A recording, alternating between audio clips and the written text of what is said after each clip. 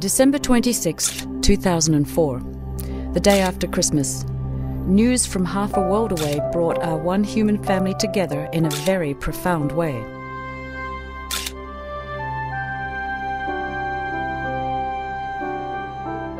The world was stunned when millions of people had their lives uprooted by the devastating Indian Ocean tsunami that hit Indonesia, Sri Lanka, and India.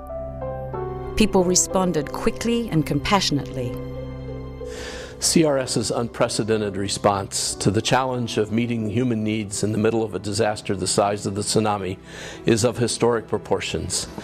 Within 6 weeks, Catholic Relief Services had been given and entrusted with $172 million from both Catholic individual donors as well as larger organizations that knew that we would have the ability to deliver the needed support, the needed assistance to the tsunami victims. Early on in January 2005, we realized that we had a very large commitment of money entrusted to us by the American Catholic public, and that we had to be responsible stewards. But our experience said that to spend it just quickly on anything would be irresponsible. So we laid out a 5-year plan. That was our best thinking, that it would take 5 years to accomplish in an effective way the reconstruction plans that we had imagined, conceptualized. Catholic Relief Services, the official international relief and development agency of the U.S. Catholic community, with local partners, endeavored not to just replace what was lost, but to build back better. In India, CRS committed $37 million for emergency relief and rebuilding efforts. It was here where CRS's existing presence made a big difference. CRS was ready to respond immediately and effectively. In Sri Lanka, CRS committed $30 million for recovery efforts, much of that work taking place on the fringes of violence and war. With existing partners like Caritas Sri Lanka, CRS was able to focus the recovery efforts on shelter rebuilding, trauma counseling, and small businesses, building over 4,800 permanent homes and providing the tools and resources to get 8,600 families on their feet and working again. We saw what was happening along the coast in India early.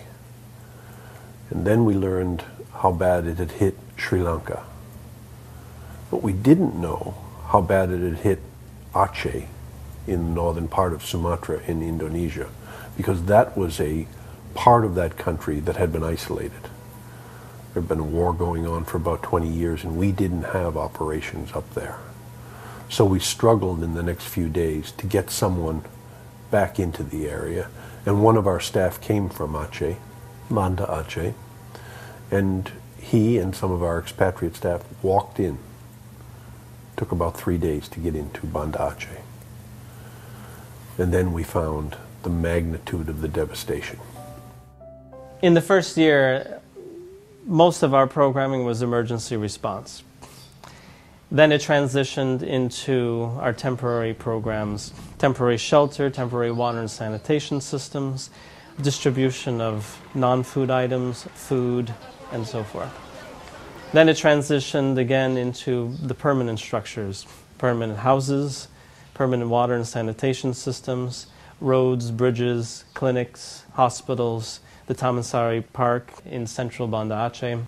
And we will be continuing that into the end of 2008, and the health program will continue beyond that for another couple of years.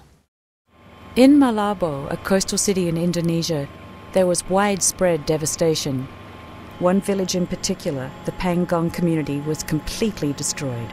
There's one particular area of the city of Malabo, which is on the peninsula of the city, that was particularly hard hit because the waves came from 3 directions. After the tsunami, that place was completely leveled.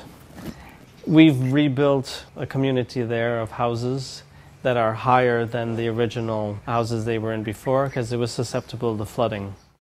Jadi CRS ini banyak membantu pada penduduk. CRS was the first NGO to help our people. Firstly, CRS helped with temporary shelters, and then a few months after that, CRS built us permanent houses. Yang tinggal di sini kita ada 4 orang. 4 people live in this house, myself, my brother, and my parents. What I like about my house in particularly is my room.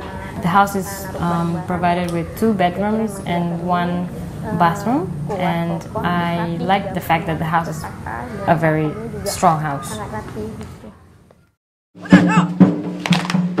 In December 2007, CRS, the local construction partner, and government officials celebrated the completion of rebuilding activities with a key handover ceremony with the Pangong residents. The tremendous outpouring of donations from across the United States allowed CRS to launch one of the largest relief and recovery efforts in its 65-year history. Emergency communication from CRS went out to the dioceses and parishes across America, and the response was astounding. Over the course of 1 month, CRS raised up to and sometimes exceeded $1 million a day through the website and direct appeals. As a result of the overwhelming generosity of American Catholics and non-Catholics, as well as the U.S. government and other organizations, CRS raised $204 million to provide emergency and long-term reconstruction assistance to the tsunami-affected areas. The compassion and the understanding and the care and the concern that the donors had when they actually called into our internal or external call center was just unbelievably amazing. People were very concerned about, wanting to get updates and understand and what else can we do, and wanting to volunteer and provide whatever they possibly could. We had, cab drivers coming in asking for business reply envelopes they could share with their various fairs throughout, the first couple of days on how can I help you collect more information. One inspiring story of compassion comes from the Archdiocese of Philadelphia. Shortly after the tsunami in Newtown Square, Pennsylvania, a 3rd grader named Allie wanted to contribute in her own way to help the tsunami survivors. I had so much. They had so little now. They lost family, everything that belonged to them, and lots of friends. So I felt, I have all of this. They need all of this. What can I do to help? And so I thought of the beaded pens. I had made tons of pens, and I collected over $1,000 of a donation. And, well, I put it together with the 3rd grade bake sale and the student council. And all together, I forget how much we made, but we made a lot to give to the CRS. I feel the Archdiocese of Philadelphia's response to the tsunami was probably similar to the Catholic community across the United States.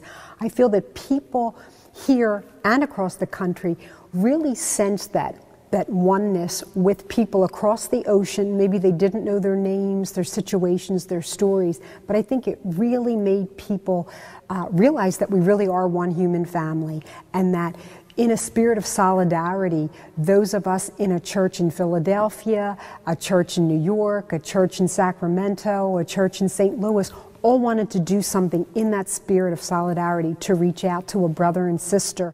Now that several years have passed since the tsunami, the progress in rebuilding is abundantly clear. The dollars, quarters, nickels and dimes collected have been turned into homes, hospitals, clinics, parks, schools, and new jobs. It was a challenge, but now, 3 years later, we see that we have really accomplished what we set out to accomplish.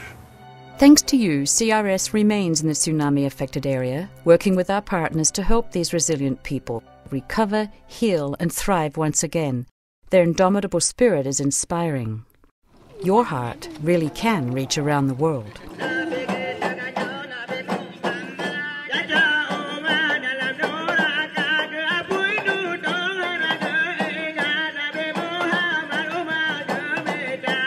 For more stories and information about CRS's response to the tsunami, please visit crs.org/tsunami.